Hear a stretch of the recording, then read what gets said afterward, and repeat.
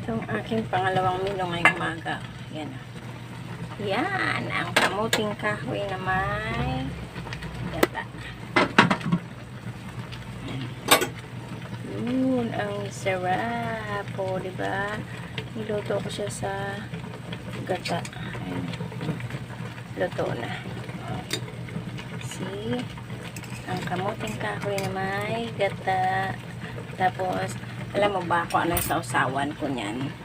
Yummy ang aking sausawan. Tingnan nyo. Ayan o. Yun. O, diba?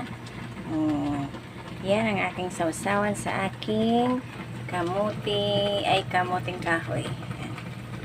Ay, ang sarap. Diba? Nakakapaglaway.